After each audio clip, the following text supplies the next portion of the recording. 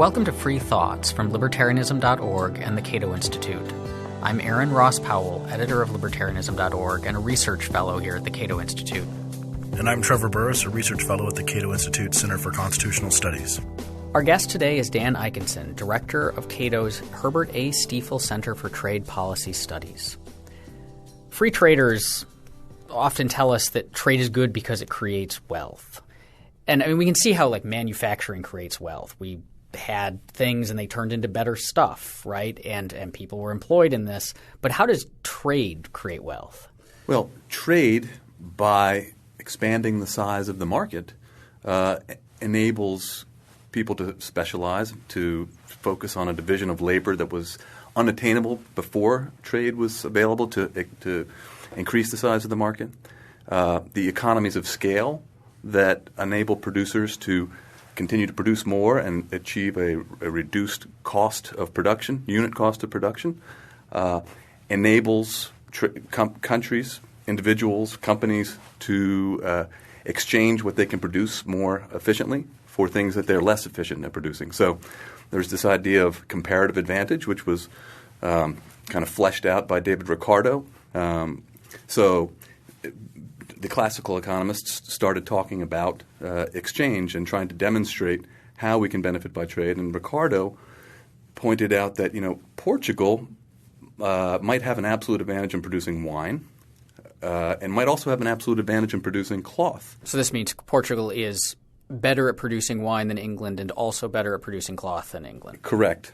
But because Portugal was relatively better at producing wine than cloth, and England was relatively better at producing cloth than wine, it would make sense for them each to focus on what they could produce more efficiently, maximize production, and exchange their surpluses. So that is how you create wealth. That is how you expand the size of the market. Now, at the time that Ricardo was writing, and also, of course, Adam Smith was really interested in the wealth of nations and trade, there was a really different theories of what we've called mercantilism type of theories of how governments and nations are supposed to interact. What is mercantilism? What was the kind of trade theories that they were doing back then? So mercantilism was commercial theory at the time. The businesses at the time thought that it made sense to obtain a trade surplus, to export more than you import, because by doing that you obtain specie from your trading partners. You build up your gold and silver reserves. And Adam Smith pointed out that is not how you create wealth among nations, that there was a better formula for maximizing the wealth of countries, and that was to specialize and take advantage of this division of labor and exchange. And really, there were attempts to address the mercantilist arguments during the 16th and 17th centuries that sort of fell short, but he really did a very good job of it. And there were challenges to his notion that free trade was the way to go to maximize the wealth of nations. Challenges from the classical economists over time. Ideas of infant industries, actually protecting infant industries might be a good idea. That came from John Stuart Mill, that you could actually use tariffs effectively to improve the terms of trade. But none of these objections have really stuck. So theoretically, the case for free trade, I think, was won with the Wealth of Nations in 1776. That said, when trade policy seems not to really heed those facts, it seems to be the gospel of trade policy around the world really remains mercantilism. That is one of the things that strikes me as weird about the way that we talk about trade and the policies and the way that politicians address it, because this issue of specialization is good. We all recognize that in our day-to-day lives, right? We all kind of recognize that the person who tries to do everything, like you fix your own car and you grow your own vegetables and make your own toaster from scratch by smelting the metal down, heal your own injuries and try to cure your own illnesses, that those are the kinds of people who are poorer, right? And we all recognize now they would survive the zombie apocalypse, though. Right. But the richer people are the ones who are really good at one thing and get paid a lot to do it, and then they buy the other things they need. And we all get that. There's very few people who would argue the contrary, except for maybe some people in Brooklyn right now. And Portland, and the Unabomber, yes. But when you make those exact same arguments, and we do the same thing about like states in the U.S. Like no one's like it's bad that California seems to specialize in high tech industries. They ought to also specialize in everything else. Like we don't make those arguments. But suddenly, when you're talking about national borders, people seem to forget this. Yes. No, I think that's right. I mean, what's prudent on behalf of a family should be prudent in the pursuit of a great kingdom, or however that quote goes. What happens is we recognize on a daily basis that we specialize. You guys come to work, focus on what you're good at. I come to work, focus what I'm okay at, and I get paid for that. And so in exchange, I'm trading with the rest of the economy for the necessities that I need, as well as the luxuries. What happens, I think, is there's this perception when it comes to national boundaries that the rules no longer apply. Aaron, you mentioned, people don't think you should have trade barriers between states, and the Constitution forbids it. But when it comes to trading at an international level, this mentality of us versus them really takes hold. And the thought is, exports are our national points. Imports are the foreign team's points. The goal of trade is to achieve a surplus. We have a trade deficit in the United States. That means that we're losing at trade. And often we're losing at trade because the foreigners are cheating. So that's a very mercantilist expression of purpose of trade. It's very misguided. The purpose of trade is to expand the wealth of nations. And we know that, but we're inconsistent, I think, as a country, and we fall prey to those trying to steer policy toward their benefit, and that's why protectionism persists in the United States. That's why we have so-called free trade agreements that really aren't about free trade. They're about managed trade, and we can get into whether or not I think these are good or bad. It depends, but I just think that there is this tribal mentality that takes hold when we're talking about trade at the international level. Now, you mentioned the surplus and the deficits, and that's probably the single most common watchword, phrase that comes up in free trade. And we have a trade deficit. We have a trade surplus. Can you go a little bit more what exactly those are, and then and whether or not one of them is good and one of them is bad, or sometimes they're good and sometimes they're bad, or should we always try and have surpluses, or what's the right way to look at that problem? Yeah, it's an accounting identity. I don't think it matters at all. There has been a lot of debate in the United States, in particular recently, about whether our trade deficit is dragging down growth, whether it's sustainable in the long run. We have had a trade deficit for 40 straight years, and what that means is that the value of our imports exceeds the value of our exports. So we are buying more goods and services from foreigners than we are selling to goods and services to foreigners.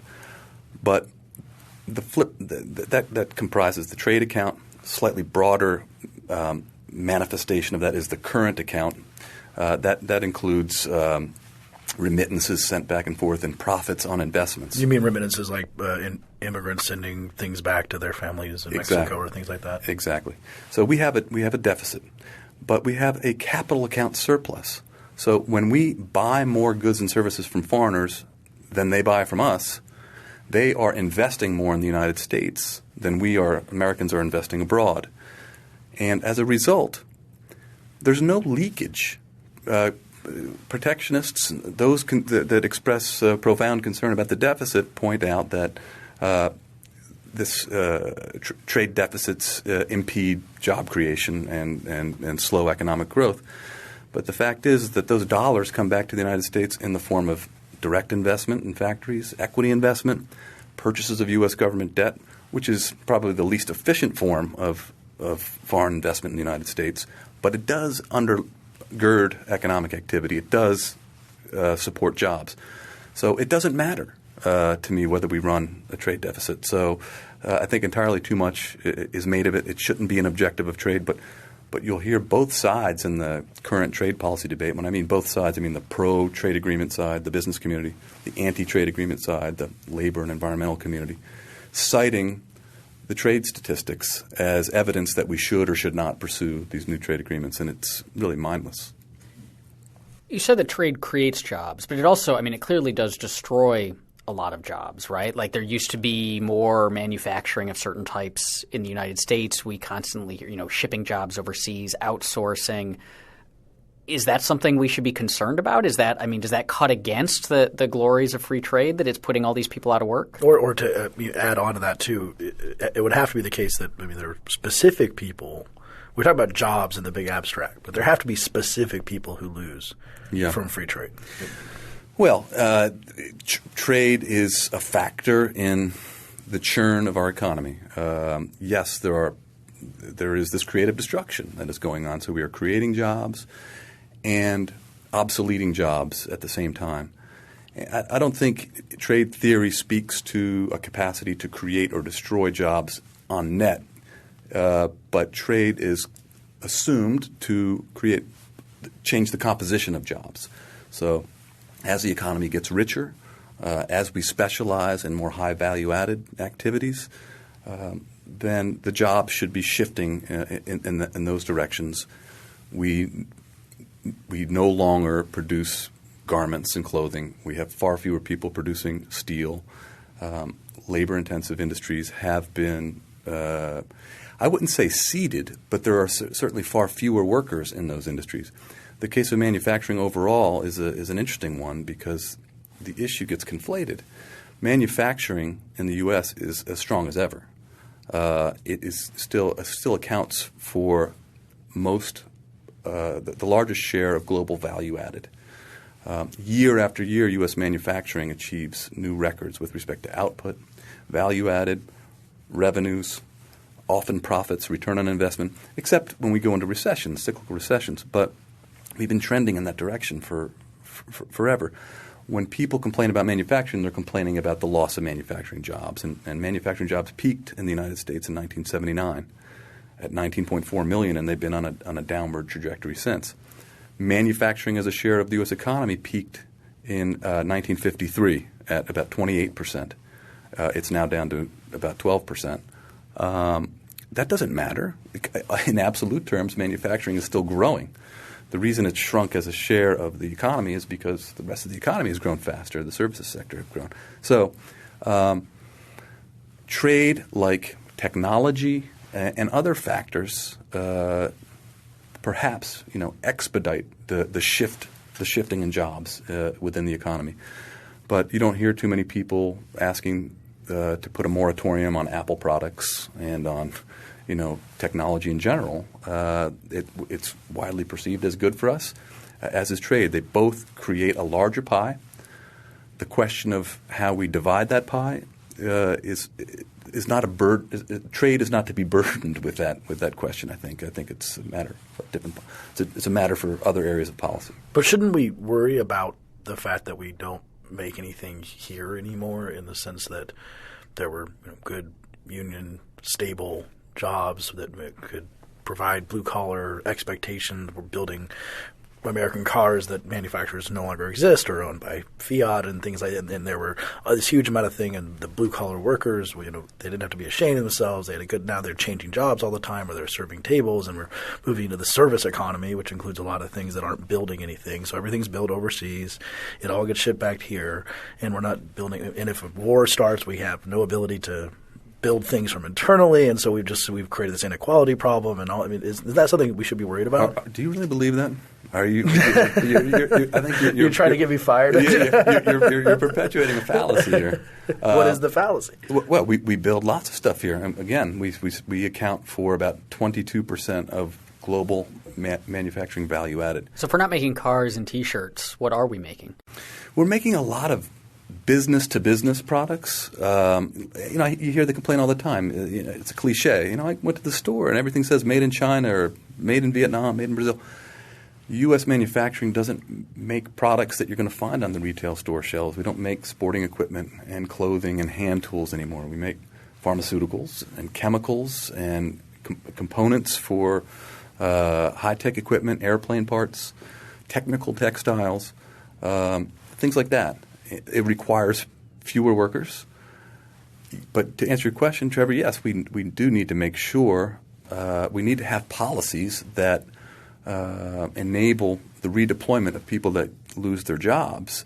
We used to be pretty good at it. Between the quarter century leading up to the Great Recession, between 1983 and 2007, the trade deficit increased by 15 times or something, around that number. Imports went through the roof.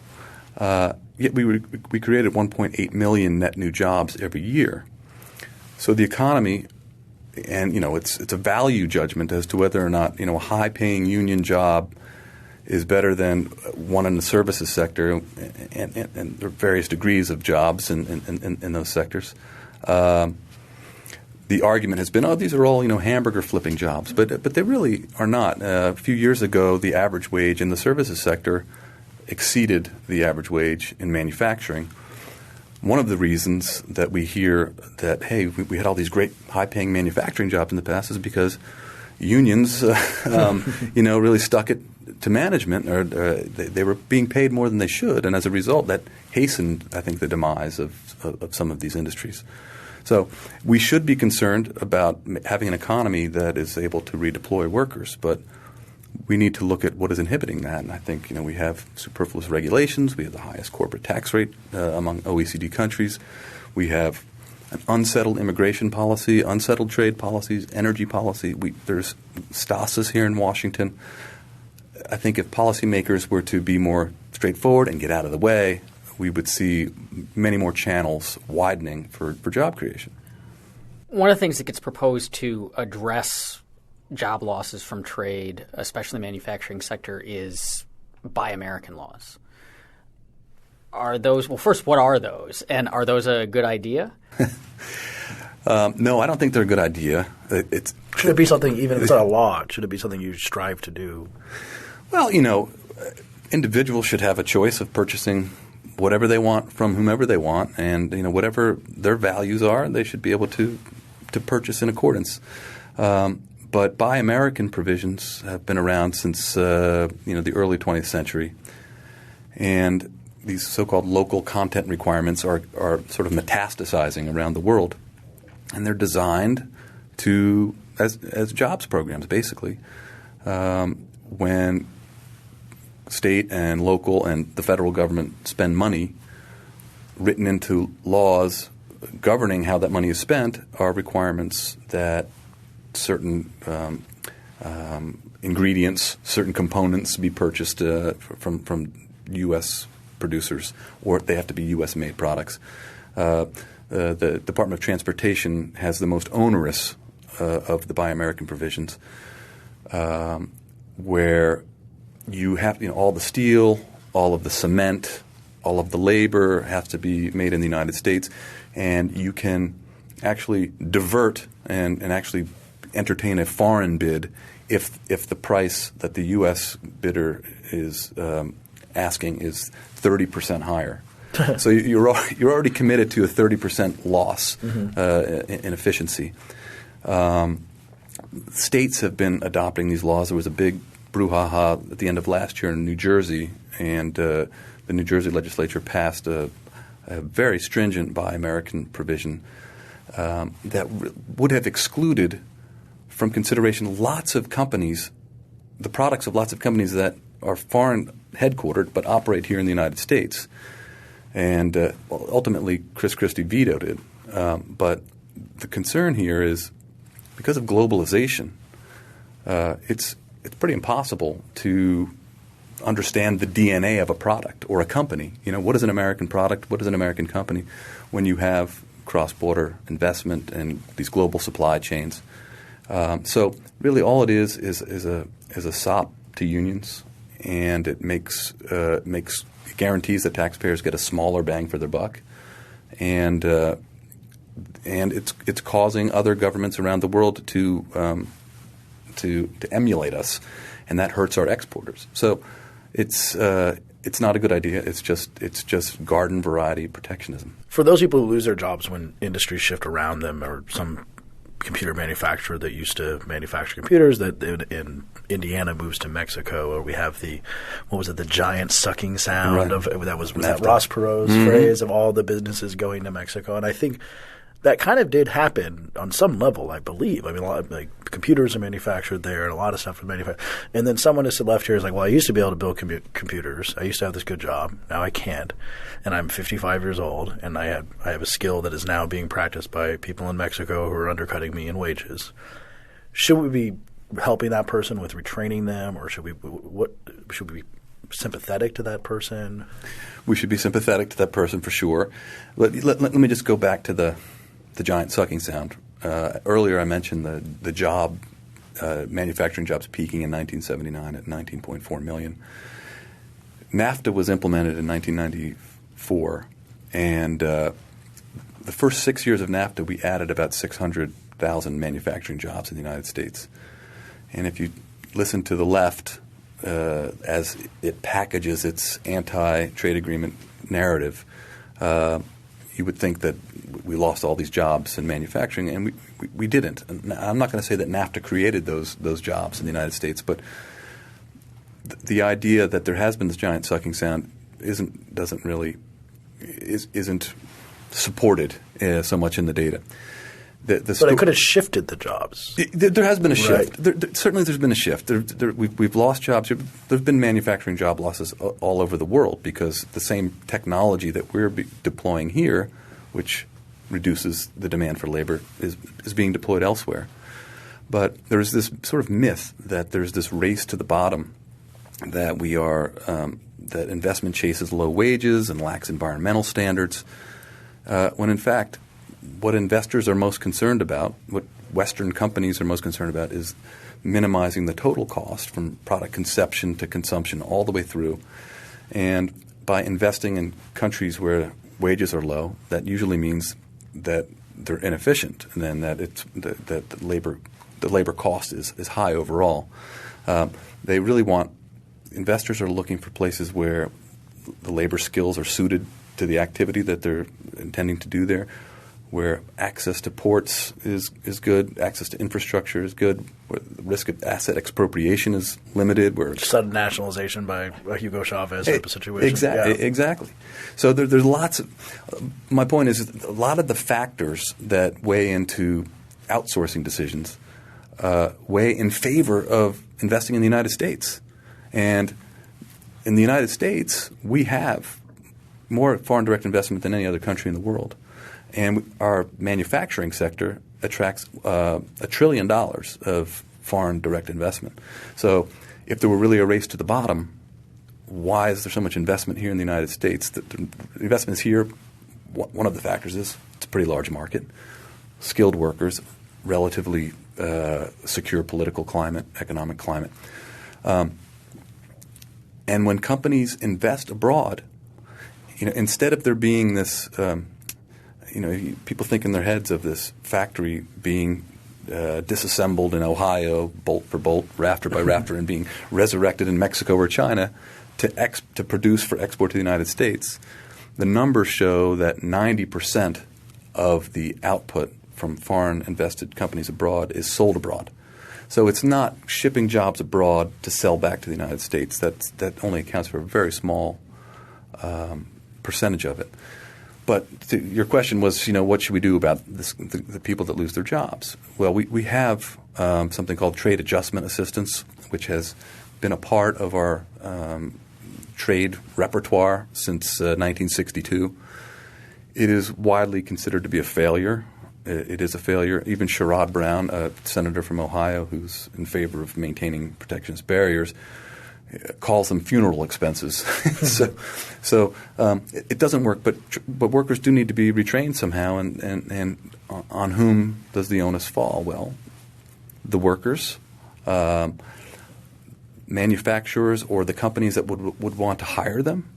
So I think that there should be some sort of incentive for manufacturers or companies in general to hire people that don't have the skills, to pay them, to train them to acquire these skills in exchange for their being willing to work for a year or two for them.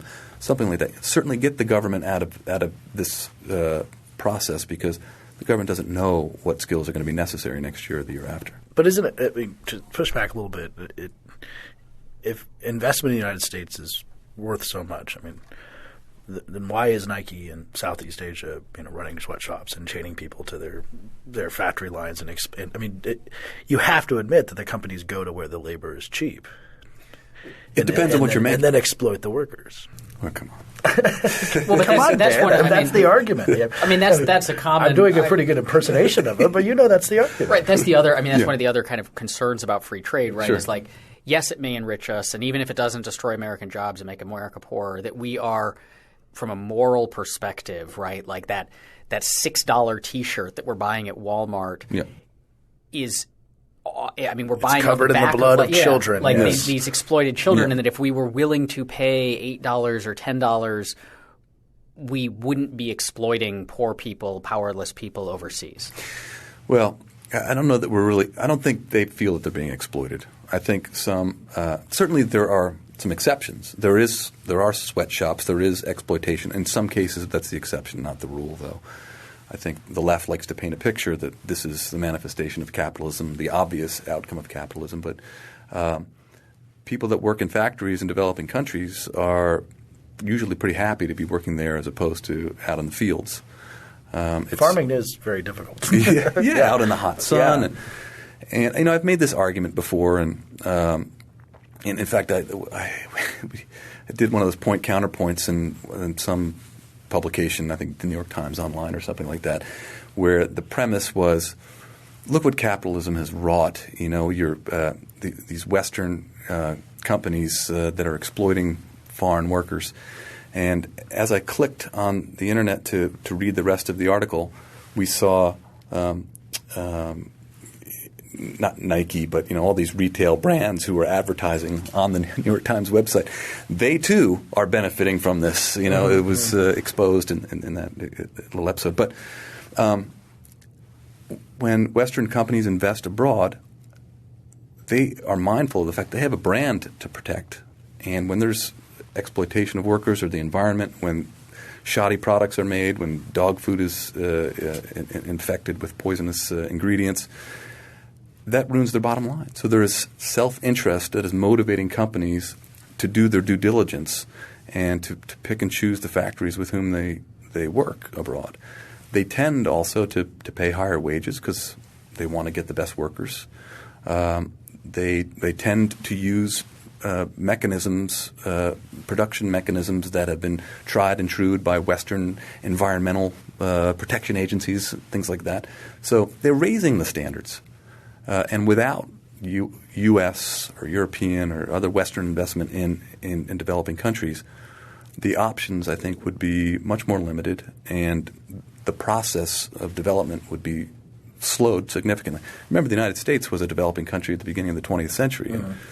And as we got richer, we started creating child labor laws and environmental provisions and things like that. And that's kind of a luxury good. I know it. Well, the interesting thing is in the United States, if you just follow the garment industry, which is often a prototypical sweatshop, it begins in earnest in Lowell, Massachusetts, using women in these sort of really interesting company towns where they're working 12 hours a day, 6 days a week, but they get a day off. I mean, you never get a day off on the farm, right? People always complain about child labor, but children always work on farms. Yeah. It was always industrialized child labor that was the issue, right? They got a day off, they learned to read, and then it became too expensive to employ them in Lowell, so they shut down there, moved to South Carolina, moved around the country, and then eventually went to China. Do we have any really good instances of some of these places where because of foreign investment, because of these kind of factories, the country is richer now than it was before? Is there any sort of good causal chain there we can draw that they moved on because now there's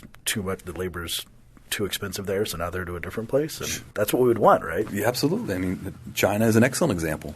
There is a lot of reshoring from China to Vietnam and Cambodia, and even Nicholas Kristof has pointed out that we shouldn't disparage apparel cut and sew operations in Cambodia, where the options confronting young women were picking through garbage dumps, prostitution, and other more difficult toils. So, yes, we're seeing countries get richer as a result of this. And, you say it started in Massachusetts. It started in Manchester, really. Really, yeah, exactly. Manchester, then to New England, and then from New England to South Carolina, and South Carolina to China, China to Vietnam and Cambodia. So there's a process here, and what's very different today from when the United States was coming online, and when Adam Smith was writing and the classic economists were writing in the 19th century, is this is getting back to the comparative advantage thing. It's no longer about exchanging wine and cloth. It's not specializing in production of a particular product. It's specializing in a function on the supply chain. And right now, the United States is still at the top of the global value chain. Germany and Japan are great at precision manufacturing. You've got countries that are very good at mid-level manufacturing, like China, and assembly operations. And that's where the specialization happens. You see a lot of jobs on the supply chain going accordingly and respectively to these countries. It's not static, and you need to have good policies to stay or to get to the top or to stay there. And we are having this global competition right now for investment, and it's really a competition of policies, and I think it's a great thing. Globalization is putting every government's policies on trial the way federalism was supposed to among the states. What about the argument, and this is one when we post stuff about trade on, say, libertarianism.org's Facebook page, and we get comments from our readers that are along the lines of, yeah, free trade between nations is great in theory, or it's great if everyone plays fair. But when other countries do things like manipulate their currency or take away their environmental protections. Take away their environmental protections, things like that gives them a unfair advantage. Don't give labor rights. There's a good one, yeah. That sort of thing is not just bad for the people in that country that the policies may be harming, say, but that it somehow makes the trade worse for us as well. Yeah. I think in most cases we're looking at excuses for reacting and imposing some sort of a countervailing tariff to mitigate the alleged benefit that is accruing. The problem with analysis of trade is that it does seem to focus commonly at the national level. Like, this policy is good for the United States. We need to do something about Chinese currency manipulation because it acts as a subsidy for Chinese exports and a tax on imports, so that hurts U.S. exporters. Is that true? More or less. We could say that. However, tons of Americans benefit from Chinese currency manipulation. U.S. import-using industries that rely on imported products from or components from China get a discount. Consumers get a discount. U.S. exporters face a tax, more or less, because of if in fact the currency is undervalued intentionally. But I don't think that's that big of a deal. In this particular example that we're talking about, I know, Aaron, your question was broader than that, but in this particular example, because of globalization, products are made in multiple countries. And in China's case, for example, about 50% of the value of exports from China is Chinese value added, Chinese components made with Chinese labor and overhead. The other half comes from other countries. So that means that it purchases those components and assembles them in China and exports them. So if the currency is undervalued, it's paying too much for those components, so its cost of production is higher. And if we insist that China raise the value of its currency, then all those components are going to be lower priced, and they're going to be able to reduce their price for export, and which will mitigate entirely the effect on import competing industries here in the United States. And so I think what is hurtful to certain interests is beneficial to others. We are not just a nation of monolithic producers, right? We have so many different entities on the supply chain, from the consumer up to the producer. And So, broadly speaking, we have tremendous advantages that other countries don't have. So if some countries don't want to enforce their environmental laws or their labor laws, again, I think it's the exception and not the rule when this happens.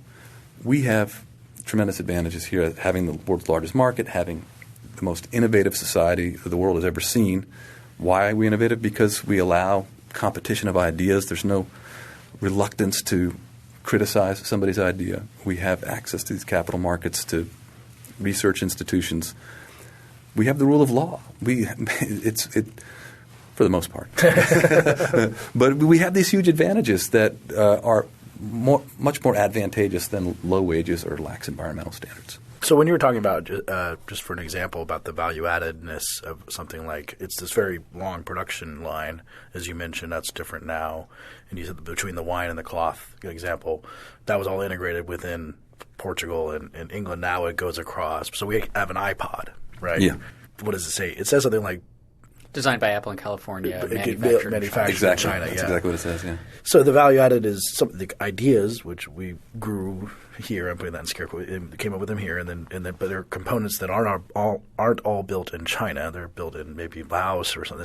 So it's this. You can imagine the entire genesis of an iPod, beginning in all these different countries, all benefiting from the ideas coming out of Cupertino and building up. And where is most of the value getting added? I mean, do you know like an iPod? Well, there's also, don't forget on the other end, the retail. Yeah. The retail. Yeah, exactly.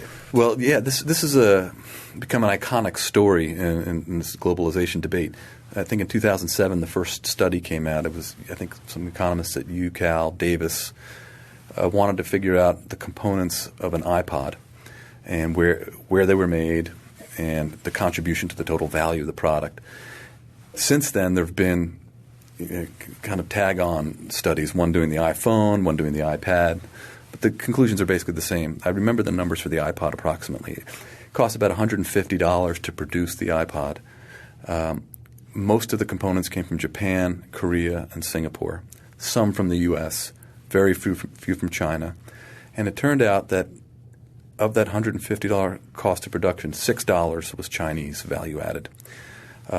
So when we import that $150 iPod from China, it registers as a $150 import from China, and it sort of exacerbates our bilateral trade deficit and adds fuel to the fire of the deficit debate. But then that iPod is retailed for $300 in the U.S., and that covers logistics and advertising. But they're pretty big profits for Apple shareholders, and those profits some are returned to the shareholders, and some are retained earnings that go into R&D for the next generation of products. But if the iPod didn't sell for $300, if we didn't avail ourselves of labor abroad, and it cost $500 or $600, they never would have been quite so ubiquitous. There wouldn't have been the momentum that spurred all these new industries, the app industries. Podcasts. The podcasts. Exactly. There you go. And all these accessories, the stuff go jogging, the equipment, and everything else that's gone with it. So, earlier I said 50% of the value of Chinese exports is Chinese value added. In high-tech industries, and I consider Apple products high-tech, it's much smaller. It's, in the area of 5 to 10%. But you'll hear Americans who, want to do combat with China on the trade front say, according to comparative advantage, we should be making the high-tech products, but we have this huge high-tech trade deficit. This is exactly how they come to those numbers. It's through that iPod. Only 5, 6, 8% of it is Chinese value. The rest of it is from other countries, including the U.S. Shifting gears a bit, one of the organizations that draws a lot of ire from people who are opposed to free trade, people who are opposed to globalization, the ones who march in the streets in Seattle, is the WTO. So what is the WTO? What does it do? It's a nefarious Illuminati-run organization, correct? So besides that. Yes. Look, it's not just the anti-globalization left that has questions and impugns the WTO. I get calls from libertarians on this on occasion as well. I'm a supporter of the WTO. It is not – it doesn't live up to this sort of nefarious definition that we've heard. It's not a bunch of faceless bureaucrats and some foreign capital running roughshod over U.S. sovereignty. Third world workers and third world workers, yeah. right? Basically, the WTO is the embodiment of 50 years of multilateral trade liberalization. So after the Second World War, we started the General Agreement on Tariffs and Trade, the GATT, which was the U.S. and a bunch of European countries and Cuba. And it was an endeavor that from 1947 until 1994, through 8 or 9 successive rounds, liberalized trade and reduced tariffs around the world. The last successful round of the GATT was the Uruguay round, which was concluded in 1994, and it created the World Trade Organization.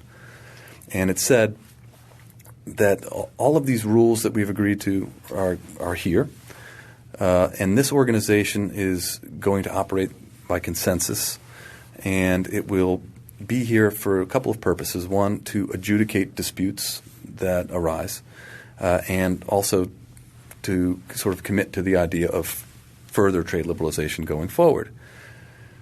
The WTO doesn't have any sovereignty. It is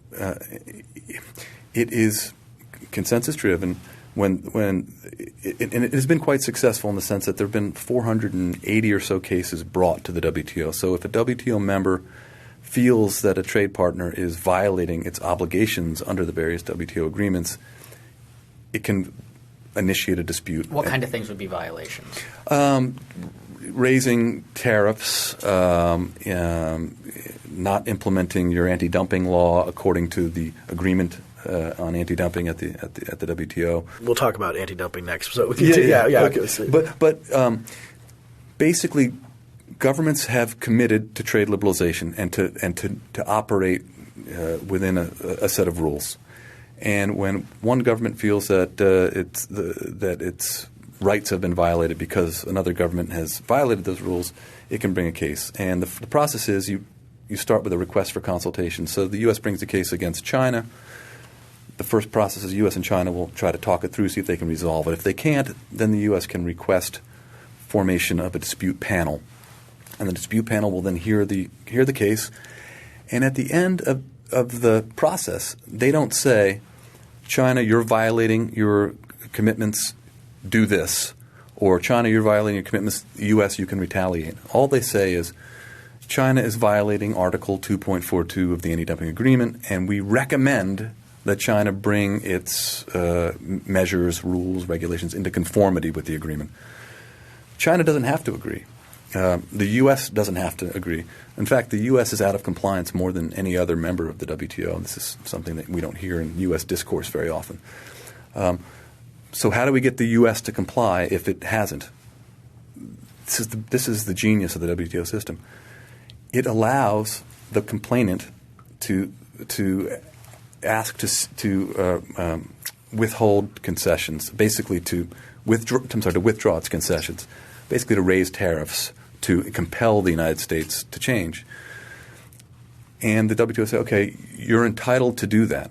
But during that period, the U.S. is going to have a debate because the retaliation list is created by China or Europe or whoever the complainant is, and it identifies citrus in Florida, motorcycles in Wisconsin, textiles in North Carolina as the likely victims of this retaliatory tariff. And the retaliatory tariff is in place, say, because there's a steel tariff in place. That was the offense. What this does is it causes the United States to have a conversation within itself. So all the industries get together and say, hey, this is going to be the cost of our failure to comply with the WTO's reasoning. So it's not telling the United States what to do, but it incites the United States. It's a catalyst for the U.S. to have this conversation and sort out what its priorities are. And it's worked reasonably well. A lot of people think that the WTO is issuing dictums that need to be heeded or else. That is far from the truth. And I think of all the international economic organizations, it is the least intrusive, actually, and has worked the best. Now, we talked about going dumping, which is something you know a lot about. What is dumping, and is it is it a real thing? Is it one thing, and is it a problem? I guess if yes, then is it a problem? Right. Well, it's not a problem. There's no real rationale for a dumping law. Well, what is the idea? Yeah. Yeah. So, the definition today is the sale of a product in a foreign market at a price lower than normal value, or at a price lower than what you would charge in your home market. So it's price discrimination, basically. So under U.S. law, a foreign company is dumping if it is selling its widget in the United States at a price lower than it charges in its own market. Is there anything wrong with that? I mean, price discrimination happens all the time, every day. I don't know why it would cost the same at all. Well, but this comes up, so you could analogize this. The concern, I think, if you analogize it to companies operating within the U.S., there's this fear like chain stores versus independent stores, right? Predatory pricing. Yeah, predatory. So you've got the mom and pop music store, right, and then the big chain store comes in, sets up a outlet, and then can price its stuff because it's nationwide and getting money from other sources and whatever, can price the CDs in its store at a loss, even, and drive the mom and pop out of business. And then once it's done that, it can cackle gleefully and jack its prices back up, and now we're all paying too much and we've been screwed. Right. Now that is the textbook argument for those in favor of having a dumping law, that through predatory practices, the foreigners drive the U.S. companies out of business, and then they raise prices. So it's a pro-consumer law. That's the argument. But really, the rationale, and we've tried to get to the bottom of this, and the best we can figure, the rationale is if a foreign company is selling at a lower price in the U.S. than it is at home, that must reflect some uneconomic or distorting policies in the home market. The company operates as a monopoly, or it's protected from competition, something that enables it to reap supernormal profits at home to sell so cheaply abroad. The fact is, in a dumping investigation, that question is never even entertained. They don't examine whether that is going on. All they do is look to see whether the price is lower in the United States than it is in the home market. Of course, there are a bunch of adjustments. You're actually comparing ex-factory prices.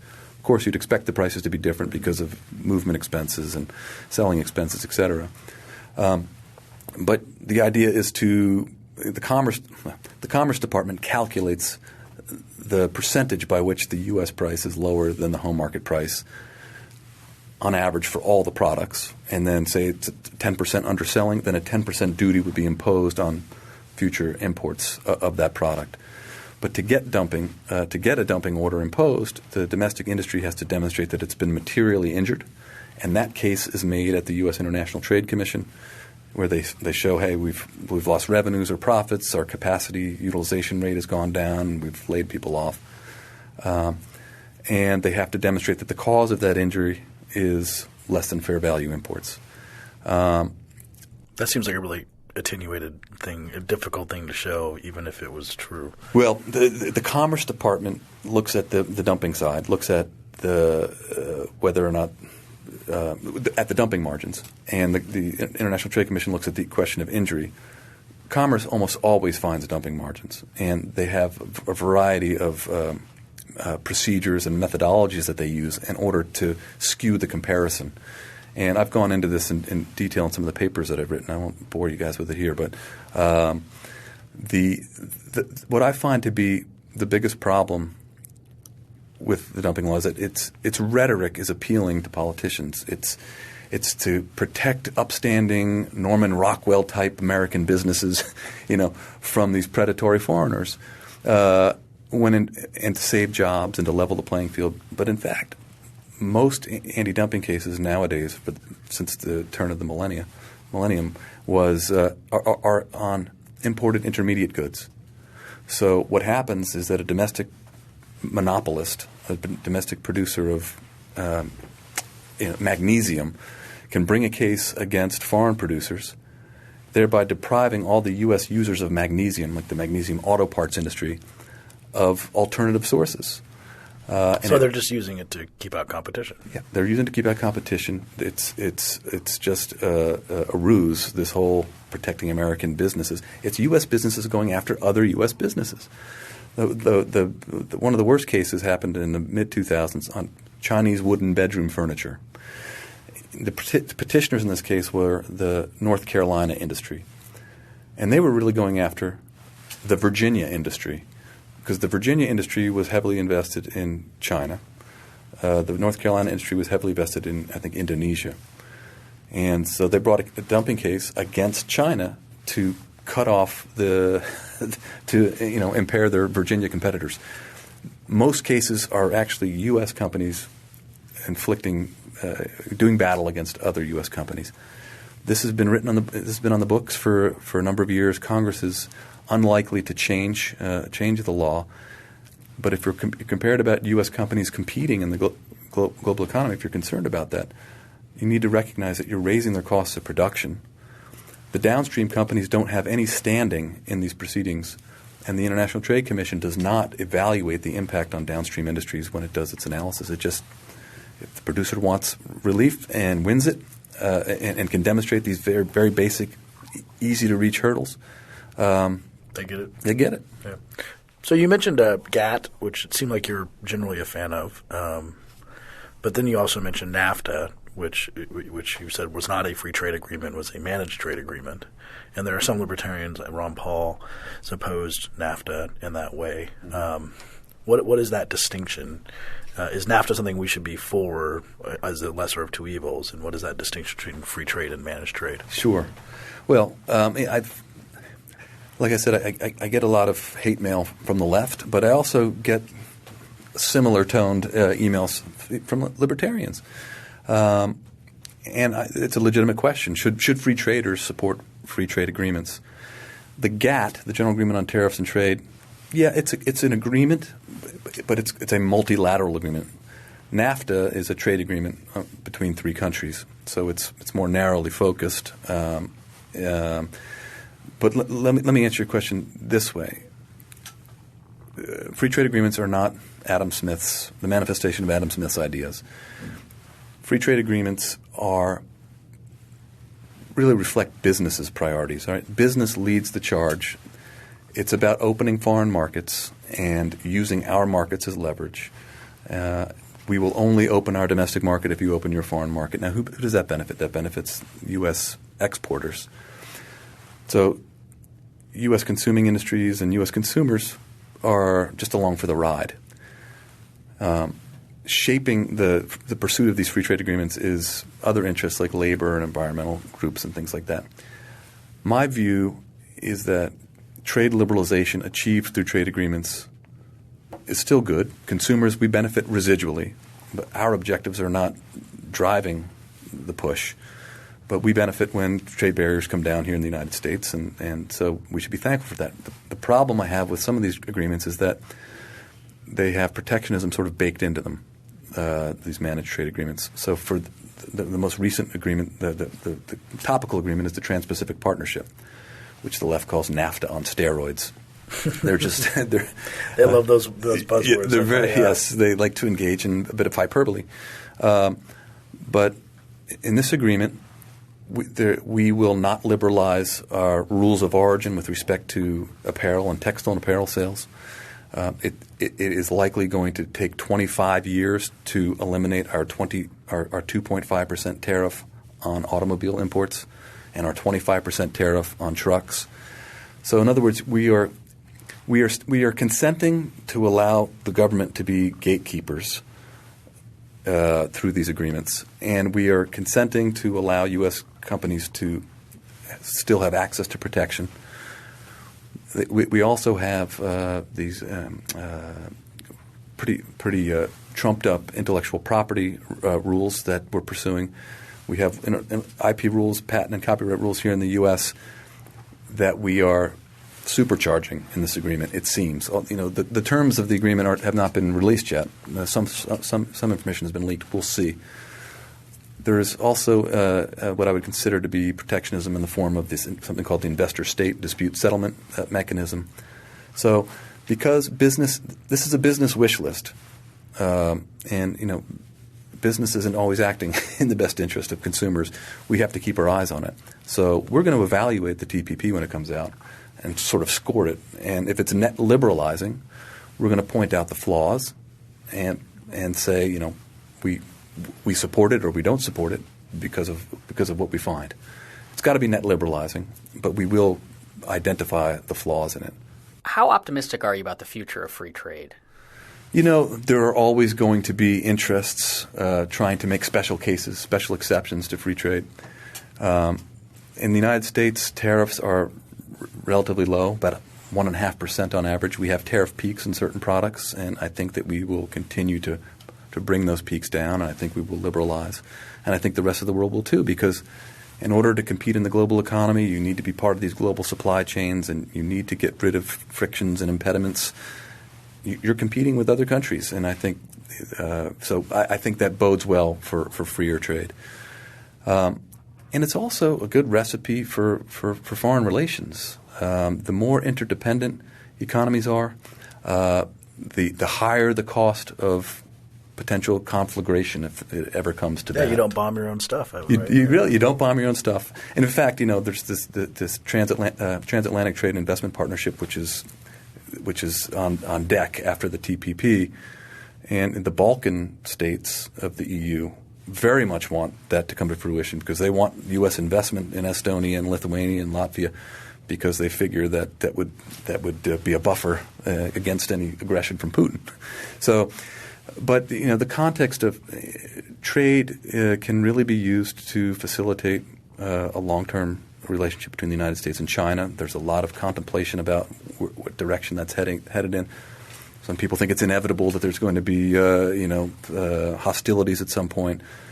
But the more it's just the negative aspects of the relationship that get the most attention. There are actually lots of beneficial aspects that it doesn't bleed, so it doesn't lead.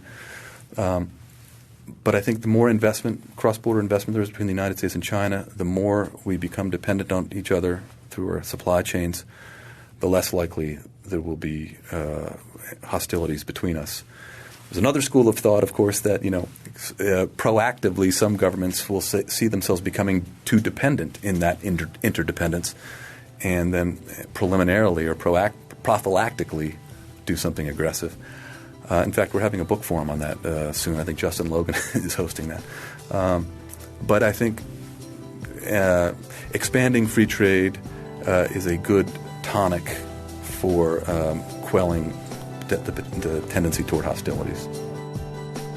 Thank you for listening. If you have any questions, you can find us on Twitter at FreeThoughtsPod. That's FreeThoughtsPod. Free Thoughts is produced by Evan Banks and Mark McDaniel. To learn more, find us on the web at www.libertarianism.org.